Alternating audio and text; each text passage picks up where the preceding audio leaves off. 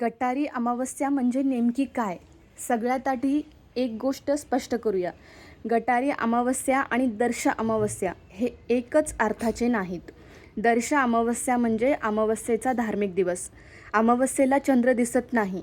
हिंदू पंचांगात प्रत्येक महिन्याच्या कृष्ण पक्षाच्या शेवटच्या दिवशी अमावस्या येते. महाराष्ट्रात आषाढ महिन्याच्या अमावस्येला अनेक ठिकाणी गटारी अमावस्या म्हणून ओळखले जाते.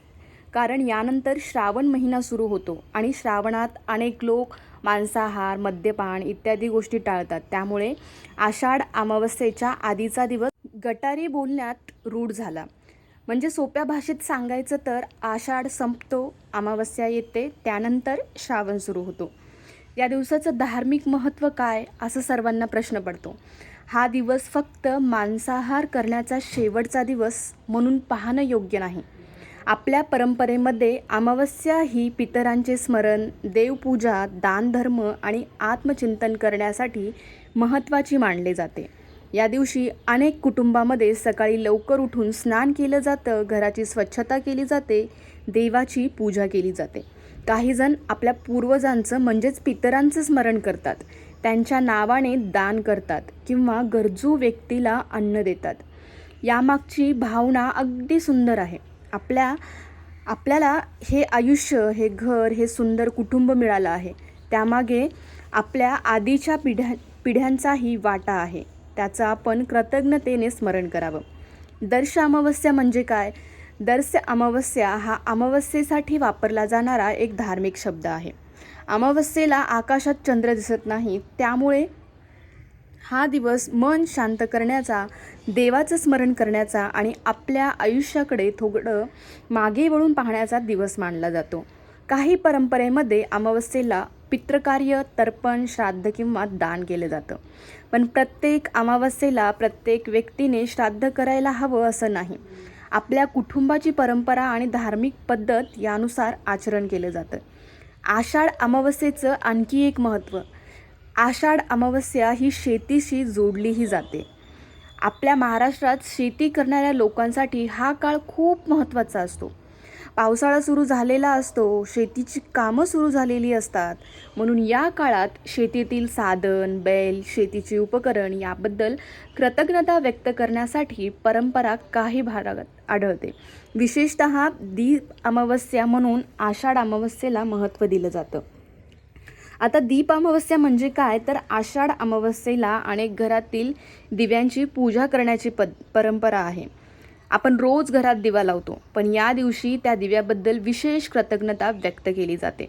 घरातील दिवे स्वच्छ केले जातात. पंथीसमयी निरंजन दिवे स्वच्छ करून त्याची पूजा केली जाते. काही घरांमध्ये वेगवेगळ्या आकाराच्या पणत्या लावून सुंदर सजावट केली जाते. यामागचा साधा अर्थ असा, अंधार कितीही असला तरी एक छोटासा दिवा तो दूर करू शकतो.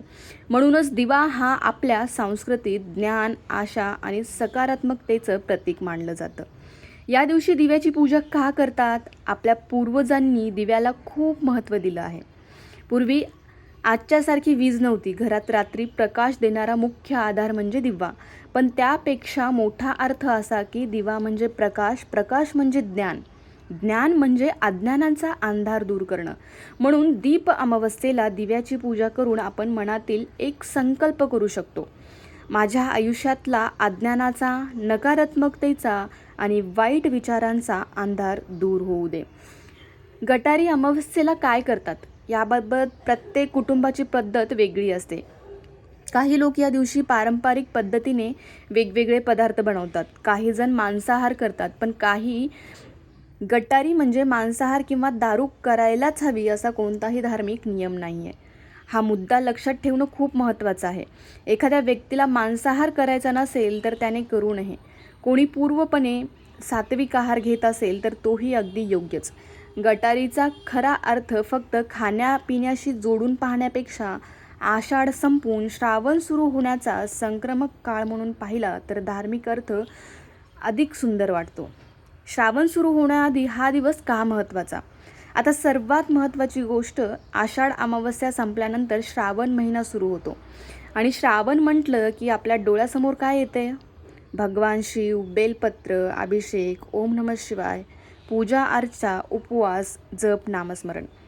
म्हणून अनेक भक्त आषाढ अमावस्येला येणाऱ्या श्रावणातील स्वतःला मानसिकदृष्ट्या तयार करतात. या दिवशी घरात काय करावं? अगदी साध्या पद्धतीने करायचं असेल तर सकाळी उठून घर स्वच्छ करा, स्नान करून देवासमोर दिवा लावा, आपल्या कुटुंबाच्या कुलदैवताचं आणि इष्टदैवताचं स्मरण करा, घरातल्या दिव्यांची स्वच्छता करा, शक्य असल्यास दीपपूजा करा, आपल्या पूर्वजांना प्रेमाने स्मरण करा, गरजू व्यक्तींना अन्नदान करा आणि सर्वात महत्त्वाचं म्हणजे मनातला राग, मत्सर, वाईट विचार थोडे बाजूला ठेवून नवीन सुरुवात करण्याचा संकल्प करा. पितरांचं स्मरण. अमावस्येला पितरांचं स्मरण करण्याची परंपरा आपल्या संस्कृतीत आहे. आपले आईवडील, आजी आजोबा, पूर्वज जे आपल्यात नाहीत त्यांची आठवण म्हणजे फक्त धार्मिक विधी करणं नाही, त्यांनी आपल्यासाठी केलेल्या गोष्टी आठवणं, त्यांच्या चांगल्या वागणुकीची आठवण ठेवणं, त्यांच्या नावाने एखाद्या गरजू व्यक्तीला मदत करणं ही सुद्धा कृतज्ञतेची सुंदर भावना आहे. उदाहरणार्थ, एखाद्या आजीला गोड पदार्थ खूप आवडत होता पण ती आता आपल्यात नाही, तर तिची आठवण काढून एखाद्या गरजू मुलाला किंवा वृद्ध व्यक्तीला अन्न देणं हे सुद्धा प्रेमाचीच भावना आहे. महिलांसाठीही या दिवसाचं महत्त्व काय? काही महाराष्ट्रातील परंपरामध्ये आषाढ अमावस्येला घरातील स्त्रिया दिव्याची पूजा करतात. घरातील समई, पंत्या आणि रंजर स्वच्छ करून त्याची पूजा केली जाते. काही ठिकाणी या दीप अमावस्या किंवा दीपपूजा म्हणतात. परंपरा प्रदेशानुसार बदलतात, त्यामुळे एका घरात जी पद्धत आहे तीच प्रत्येक घरात असली पाहिजे असं काही नाही. गटारीबद्दल एक गैरसमज. आजकाल गटारी म्हटलं की लोकांच्या मनात फक्त खूप खा, प्या आणि मजा करा असा अर्थ झाला आहे. पण धार्मिक दृष्टिकोनातून पाहिलं तर हा पूर्ण अर्थ नाही. हा दिवस आषाढ महिन्याचा शेवट आणि श्रावणाच्या आगमनाचा काळ आहे. म्हणून या दिवसामागे आपण कसं पाहू शकतो? जे झालं ते मागं सोडूया आणि श्रावणाच्या पवित्र महिन्यात भक्ती, संयम आणि चांगल्या विचारांनी प्रवेश करूया. श्रावणासाठी काय संकल्प करावा? तर गटारी अमावस्येच्या दिवशी मनात एक छोटा संकल्प करू शकतो. या श्रावणात मी रोज देवाचं स्मरण करेन, शक्य असेल तेव्हा मंदिरात जाईन, ओम नमः शिवायचा जप करेन, आई वडिलांचा आदर करेन, कोणाचंही मन दुखवणार नाही, गरजू व्यक्तींना मदत करेन आणि माझ्या मनातले वाईट विचार कमी करण्याचा प्रयत्न करेन. देवाला मोठमोठ्या गोष्टींची गरज नसते, मनापासून केलेली छोटीशी भक्ती ही महत्त्वाची असते. शेवटी एकच सुंदर विचार, गटारी अमावस्या म्हणजे फक्त एक दिवस नाही, हा महिन्याचा शेवट आणि पवित्र महिन्याची सुरुवात आहे. अमावस्येचा अंधार आपल्याला सांगतो आता आयुष्यातला अंधार दूर करून प्रकाशाकडे जायचं आहे आणि त्यानंतर येणारा श्रावण आपल्याला सांगतो मन शांत कर, शिवाचं स्मरण कर आणि स्वतःमध्ये चांगला बदल घडव.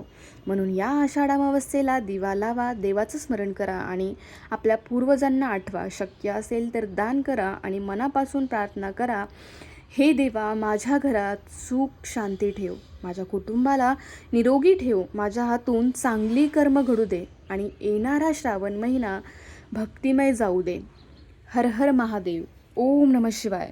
भाविक हो, जर तुम्ही आमच्या चॅनलवर नवीन असाल आणि तुम्हाला ही माहिती आजची आवडली असेल तर नक्कीच आमच्या व्हिडिओला लाईक करा आणि हो, चॅनलवर नवीन असाल तर सबस्क्राईब करायला विसरू नका, कारण अशीच महत्त्वपूर्ण माहिती आम्ही तुमच्यापर्यंत पोहोचवत राहू. आणि बेल आयकॉन दाबायला विसरू नका, कारण आमचा प्रत्येक व्हिडिओ हा थेट तुमच्यापर्यंत पोहोचण्यासाठी मदत होईल. चला तर मग भेटूया पुढच्या अशाच एका व्हिडिओमध्ये अशाच एका नवीन माहितीसोबत. तोपर्यंत श्री स्वामी समर्थ. जय जय स्वामी समर्थ.